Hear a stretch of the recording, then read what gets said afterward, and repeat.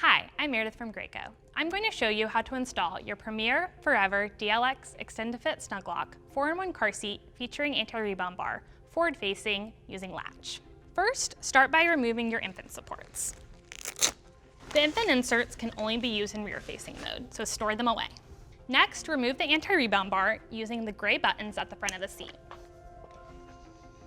The anti-rebound bar can only be used in rear-facing mode.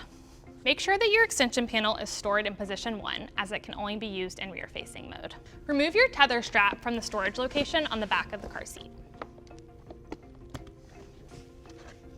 Extend the tether strap and place it over the back of the vehicle seat.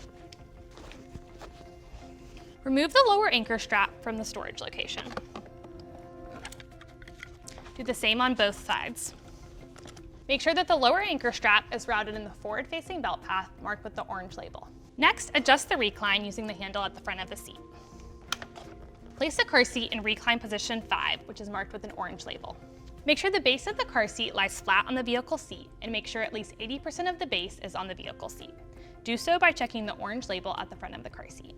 To access the forward-facing belt path, raise the headrest to the top position. Loosen the harness straps and move them out of the way.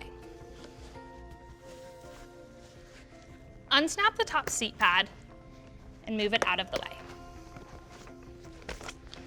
Unsnap the bottom seat pad and fold the seat pad down. Open the SnugLock lock-off using the gray button. Make sure the lower anchor strap is routed behind the SnugLock lock-off. Extend the lower anchor strap to the longest position using the gray button.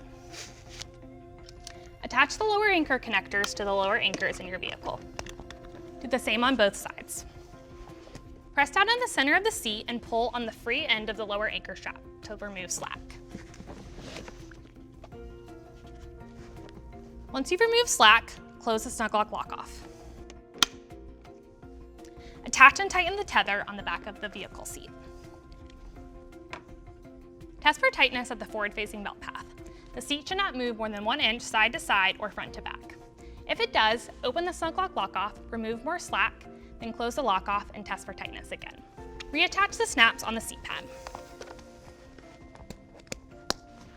Move the top seat pad back into place and reattach the snaps. Make sure the harness straps are routed in front of it.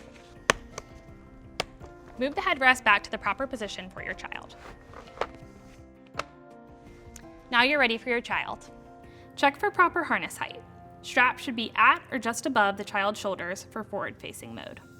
Buckle the child in and attach the chest clip. Tighten the harness. Move the chest clip to armpit level. Do the pinch test. You should not be able to pinch any extra slack at the child's shoulders.